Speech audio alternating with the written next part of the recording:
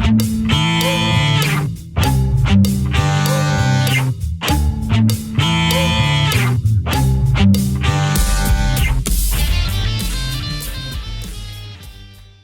everybody, Mike McWilliams, Upstairs to the Right Music channel. Thank you so much for taking the time to join in with us today. We're going to do a little interview here with the man himself, my Uncle Carlton, renowned guitar player, a quite, what do they call it, a raconteur,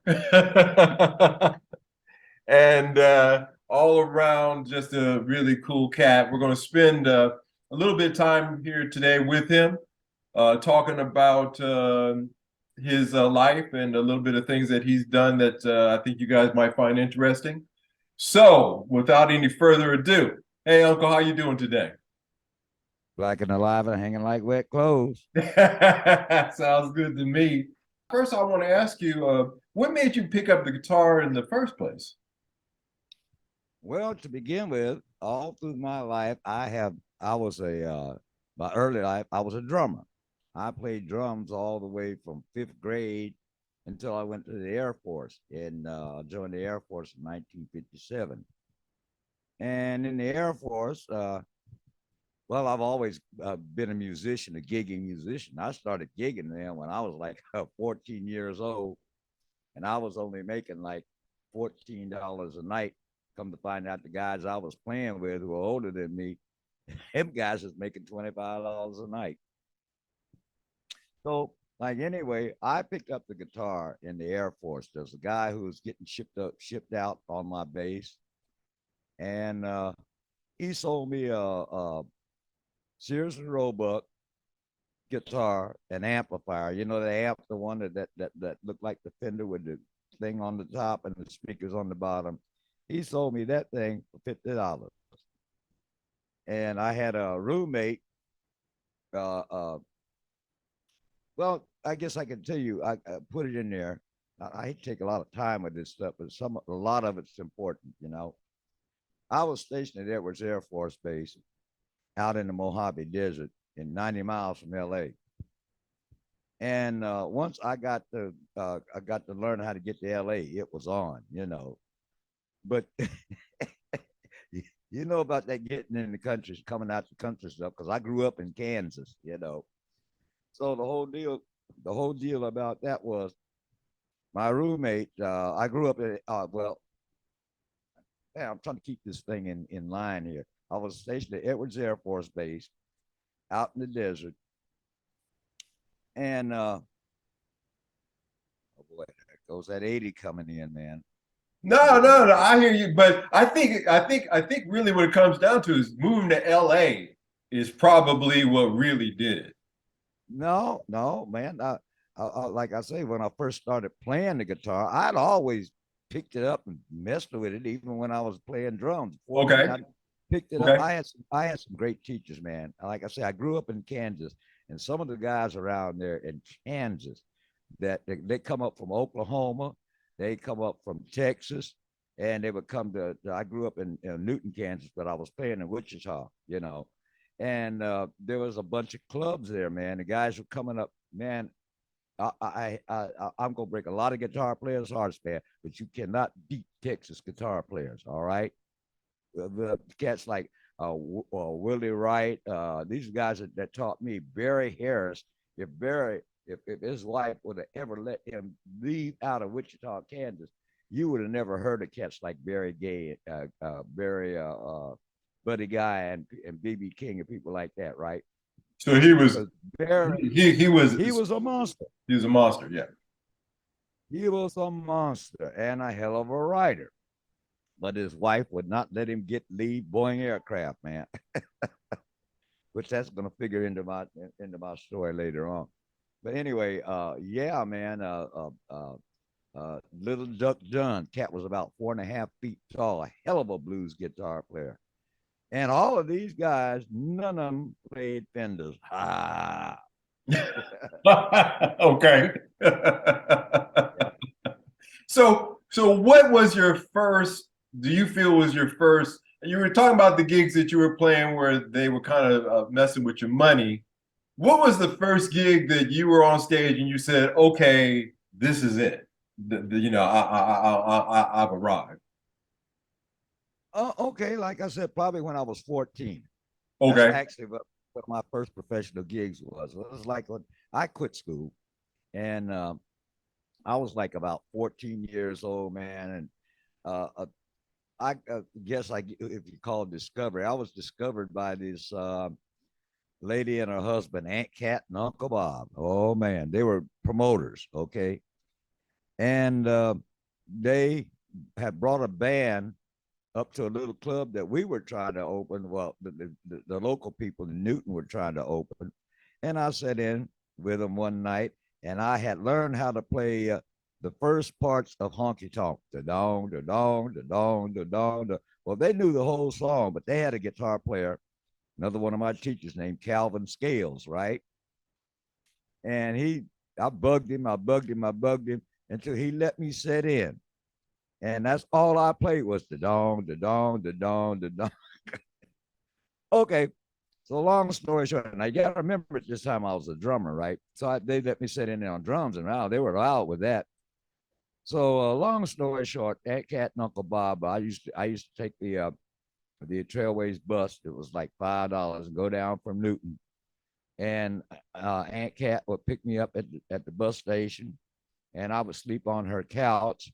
She would cook for me and all this kind of stuff. And like I said, I was making $14 a night. And we were playing at the local American Legion down there. Then we started going on the road, man. We was going to Oklahoma City, and hey, that's how it started. You Okay. know, Okay.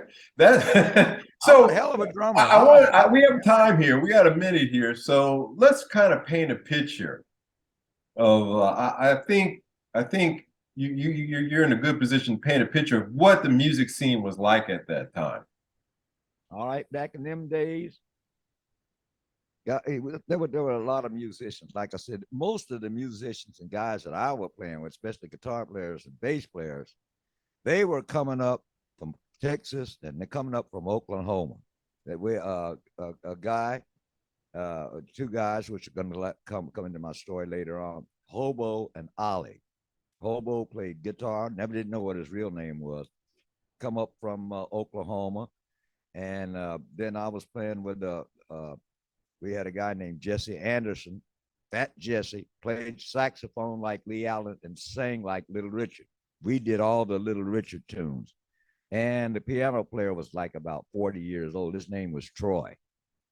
And hey, that was it. And we were kicking ass. Okay. Okay. I wish I had a picture of that band. Yeah, I'd love to see that. So all these guitarists going through, and you were out there running the circuit, the so-called I was the chitlin circuit. drummer. I was the drummer then. Oh man, it was the Chitlin circuit, man. American Legions, and I played one place called the Grand Theater upstairs. That was in Oklahoma, man. One of my biggest gigs. That's where I got my first drink. Oh, I got to tell you about that one. Okay, yeah, go ahead. Let's We were hear it. playing. Yeah, How we old? were. Well, I had been nipping off and on, man. My neighbor in school, he was big, and I mean, like when he was like 16, 17 years old, he looked like he was 25 years old. So he used to go buy a little a half quart of whiskey, and I would nip on it and during school. So I was already like drinking. I started smoking when I was 9. So cigarettes were like 8 cents a pack then. Pale Males were 8 cents a Right, pack. right, right, right. Oh, okay. You wanted me to paint you the picture. I'm painting you the picture. No, Okay. that's what I want to hear. But there's that, and Okay. Well, I got to tell you about this thing at the Grand. We okay, would gig at the Grand. It's upstairs over a movie theater. It's like a hall over a movie theater. right, People want them bring your own things type thing. Buckets of chicken, bring your own liquor and stuff. Pay okay, to get in. And of course, we were the featured band. Come up from Wichita. So the place was loaded. Around the tables were set around the bandstand. Okay. So here I am sitting on the bandstand and I'm playing, and this lady sets this big picture of what I thought was water up there. And I went through about a half a set, And I reached over to that lady. I said, "Would you please give me a glass of that water?" Man, she picked up the pitcher, poured up that glass of water, and I took that water. And I said, and before Jessica could count off the next tune, bro, I almost fell off the stool. It was white lightning, bro. Oh, wow. That was my first. Moonshine?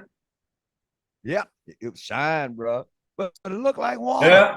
Yeah. It looks like I water. drank it. I drank it so fast I didn't feel it going down, man. Like I said before, Jessica count off the fucking tune, man. If you drank that much shine, Uncle, I gotta tell you, you're lucky to be sitting here talking today, right now. I'll tell you that much. I played my ass off that night, man. As a matter of fact, I think I kicked a hole in my bass drum. Well, the kind of the idea that I'm trying to the picture that I'm trying to paint here with you.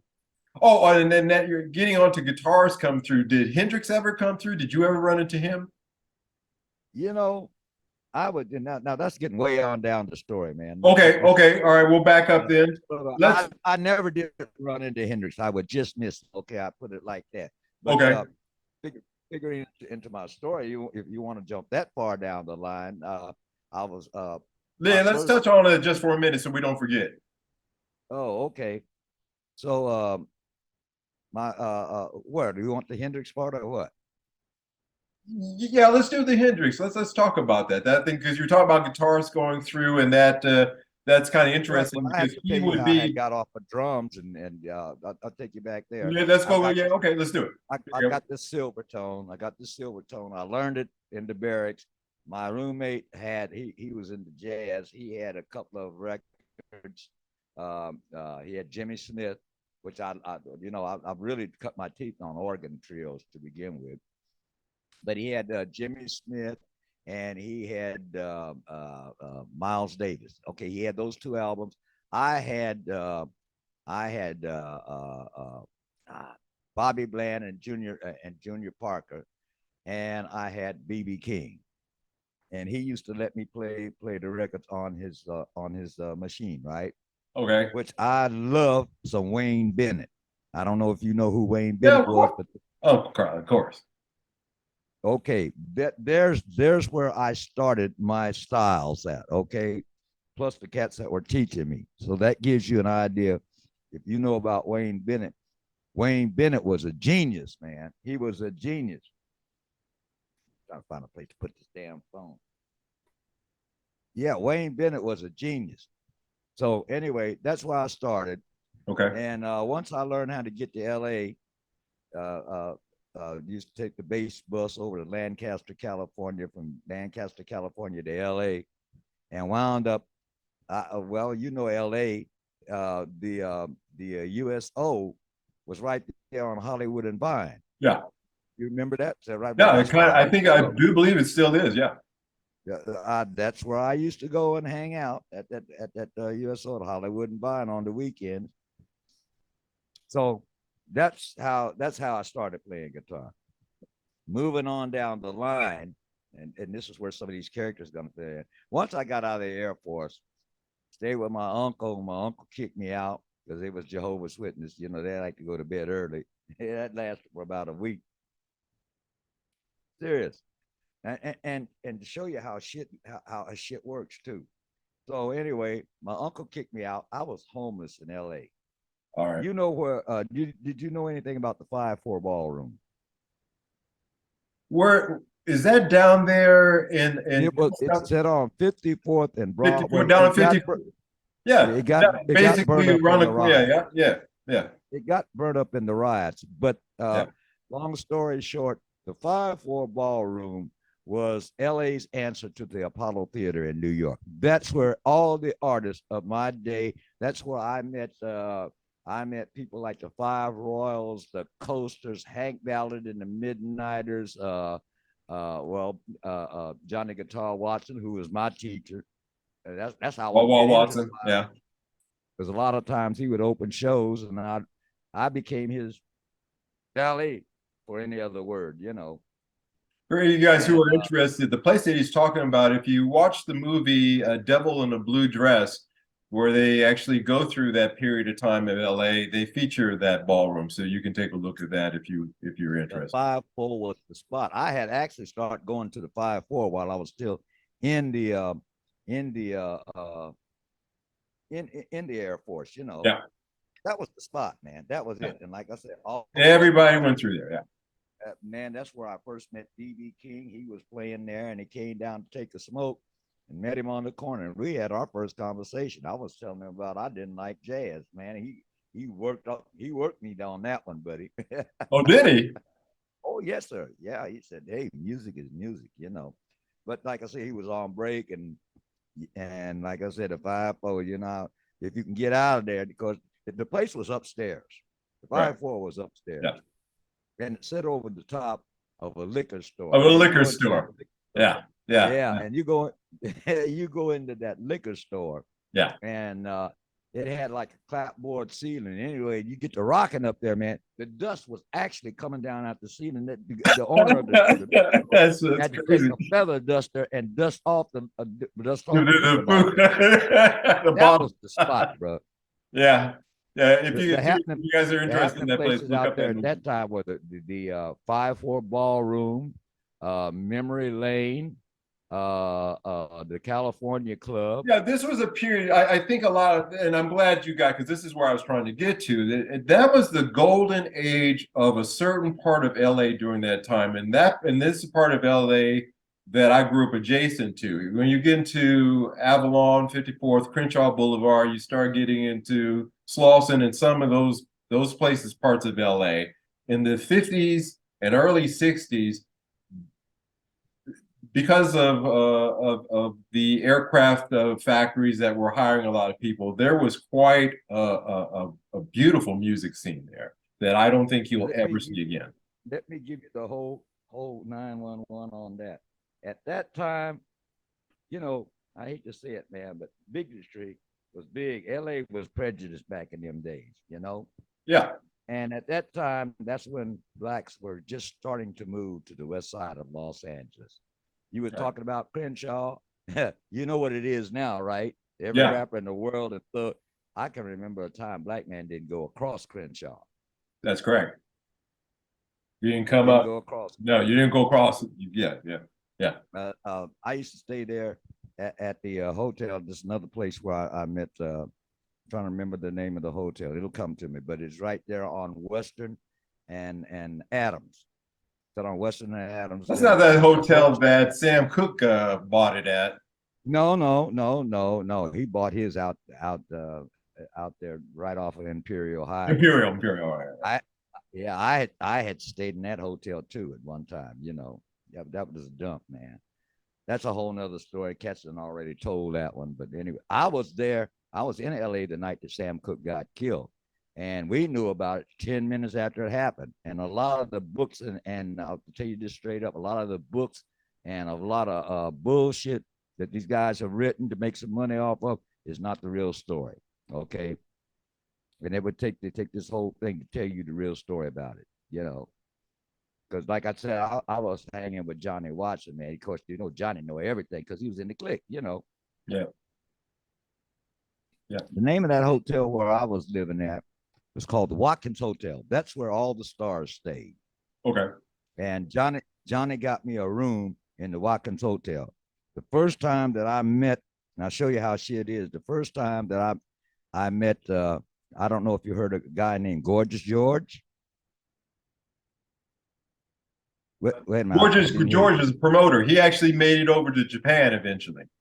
Well, Gorgeous George was first time MC. I met him. He was the MC. He became the MC for the Isley Brothers. But the first time I met him, he was valet for Hank Ballard and the Midnighters. Wow. That's how long me and him go back.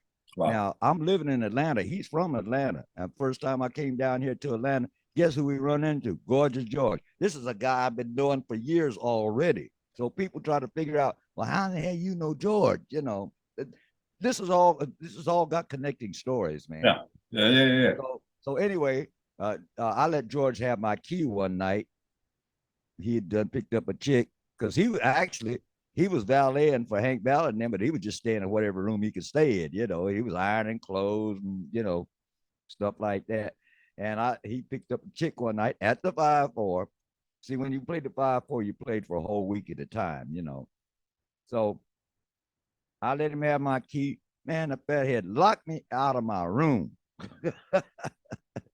Left me. I had to sleep on there was a floor of it was about a 4-story hotel, and there was a floor above that I think they were fixing or something. Anyway, I slept on that steps that night. It locked me out my room. So that's how I knew everybody in Hank Ballard and Midnighters through them. Okay. Another group I met there. You ever heard of the Five Royals? Vaguely, vaguely. They were a big group. The Coasters I met, but the Coasters, Five Royals, their guitar player, who was actually part of the group, Pt.1, who was a monster guitar player, but he was a wino, and boy, we drank plenty of wine together. Know plenty of guys like that. Really great players. Drank a lot. he he played his guitar. But not just getting into guitar. He played his guitar strapped all the way down around his knees, and he would bend over to play it. And man, that was a playing sucker. He played a Gibson Les Paul, but one of those early Les Pauls, not the fancy thing. Tributes. Yeah. Yeah, one of the early ones. Boy, Uh, but he could make that double cut. sucker, huh? And the Five Royals were like a singing group. They were originally a gospel group, but they had a hit record out that time called "Baby Don't Do It." Baby, Okay. don't do it, don't do it, don't do it. If you leave me, pretty baby, I'll have bread without no meat. that was some big shit. And like I They said, I don't write met them the like that coach. anymore, Uncle Carl. That's right. I'm surprised. That was one of my favorite songs. So, And of course, I met the Coasters, right. which that'll figure on later on down the line. Hang Down to Midnight at Coasters. I met Willie John. Right, this was right before he went to prison, and he got killed in prison. Right. He was so high for the second show the night I was there. He was laying over in the corner of the dressing room, man. They kept talking, Willie, get up, man. You got to finish the show. Willie. They just barely got him up to do his show. And at that time, I think his big record was "You Better Leave My Kitten Alone." Right. And he went out there, he went through that. The band that backed him up was the Upsetters. Now, this is going to play a big part of my life. If you know anything about the Upsetters, they were the band for Little Richard. Gotcha. What's the matter? Oh, okay. They were the band for Little Richard. Like I said, the way I was hanging out in the 5/4, I had been in there so many times with Johnny until I've been carrying his guitar till I didn't have to pay to get in. I just walked in, and I walked in, I go all the way back, and I go to the dressing room, and I go hang out in the dressing room with artists. I got to be a utility around there, gopher. So anyway, that Let's because we're running out of time here. So let's quick. So was this around the time when you see you would almost miss Hendrix? No. This was much later. Oh, but Okay. I'll chop it down. I got in a little trouble out there in LA, and I had to run back to Kansas. This was in right. the 60s. Well, no, I can't leave that part because this is an integral part. We can't cover it all. What we'll do is we'll hit the highlights today, and then we'll have you come back and we'll talk about some more. We'll get into some more because these are the stories that I think people want to hear. Yeah, well, this has to do with me starting to play guitar. Like I said, I used to hang out in the 5/4. My uncle had kicked me out, and I was staying at Watkins Hotel. I eventually could not afford to stay there. I come out of there, and I'm coming out the 5/4 one night, and like I was talking about a hobo and an ollie. Okay. And I didn't even know where I was going to stay that night. Damn, guess who I run into? Hobo and Ollie. They were up in the 5/4 that night. They had come out to California to see what they could do, right? Right. They were playing. I try to chop this up as much as possible. They were playing out in San Pedro at a little old club out there at the dock called the Ship. Right. They were staying in one room. I believe there's a hotel like that Sam Cooke got killed. It had a Murphy bed in it. They let me stay with them. We were eating pinto beans and rice every day, and they were God dog it. Shit, my train of thought keeps leaving me. But anyway, they let me stay with them. Right. Uh, so there was this band called the Debonaires, and God dog it, I had these pictures all lined up for you. Well, This you know is the what I first. decided we're going to do? What we're going to do, Uncle Carlton, is this, because this is so fascinating. We're actually going to break this into two parts. I've decided, Okay, maybe even three. So we've got about 4 minutes or so, 6 minutes, 5 minutes left on this part. So oh you can man, wrap it up. shit. You can take it anywhere you want to, and then what we'll do is next week we'll pick this up and we'll go from there.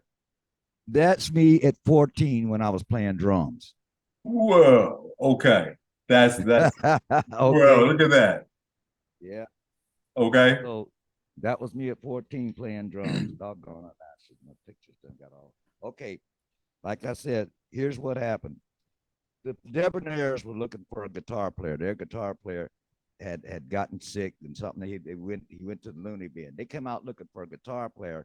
They wanted to take Hobo. Well, Hobo said, "No." He said, "I'm not leaving my family, my brothers, and his cousin was nephew was playing drums and shit. You know." He said, "But we got this guy staying with us. He say he play guitar. I've heard him sitting around there fumbling around with it." He said, "Why don't you hire him?" This was the Debonaires. Can you see that? Yep. Yep. That, that was the Debonaires. You see me over there with the guitar, right? Yes, sir. Now we're talking in the early '60s, man, So around this is what, 61. 61, 62? Yeah, yeah. Yeah. And so anyway, they took me. Long story short on that was I wound up making $125 a week. The Debonaires were one of the only black bands that could play in white clubs in LA at the time. And Okay. they were very well known. And we played the Brown Derby. You heard of the Brown Derby Yeah, up on restaurant, Hollywood. right? We played it was the Tail Spinner when we played there. It became the Peppermint West up there on Hollywood Boulevard. Yep. We played Henry's Whip downtown Long Beach, and we played out what I'm trying to remember this name of this club out in the terrain room out in Orange County. Okay. You know, back in them days, boy, that shit was prejudice as hell. We wound up playing in Pomona, California, owning our own club called the Copa. And that has a story to it because the trombone player started, hey, that's the part I'm going to Let's, you know what? This is a natural good place to stop for this part one of this. So because we're going to build up. So we're going to start here around 61, 62 next time we start up. And we'll go from there, because you know what we can't cover is sitting here talking to you. I can't get enough of this, and quite frankly speaking, I don't want to miss a bit of it. So if you don't mind, I'd like to do another part of this, if that's okay let's with go you. with me. How All much right, more so time we'll we end it got? right here. We're going to call this the end of part one of Okay. this interview with my Uncle Carlton. Certainly, is there anything you want to wrap this up with before we go today? Well, yeah, like I'm going to break a lot of hearts. They might as well get ready for this.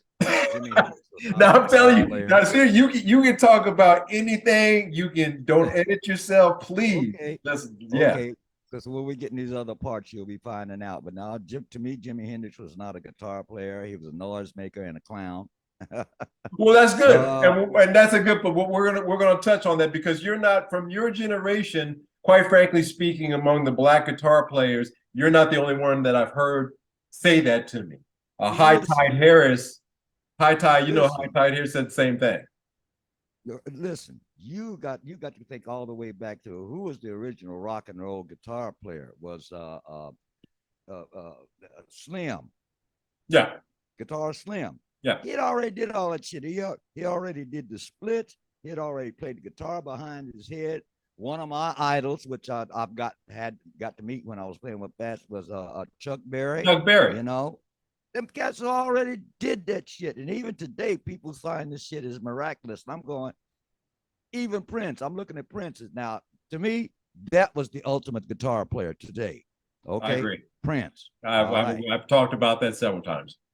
Right. To me, man, this is a cat I wish I could have met, and we could have played together.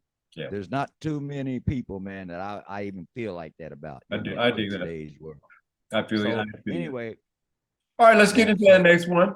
Thank you, Uncle Carl, for taking the time today and talking like this. Man, okay, man. this is Look, I gold. got I got I got 82 years worth of shit Well, to tell you, I man. think you know what I think it's important enough that we take our time and we go through that. So let's do it like that. So, guys, next week we'll do part 2 of this. I'm sure there'll be a part 3 and 4. So, anyway, thank you, Uncle Yeah, Carl. yeah, man. I got 82 years, 7 passport of 7 decades of being in the music business. All right, there it is, y'all. Get ready for it because I'm gonna lay it on you. All righty, And sir. it gets nasty in some parts. I ain't got to the nasty parts yet. Well, I can't wait to get to them. All right, thank you, sir. Okay.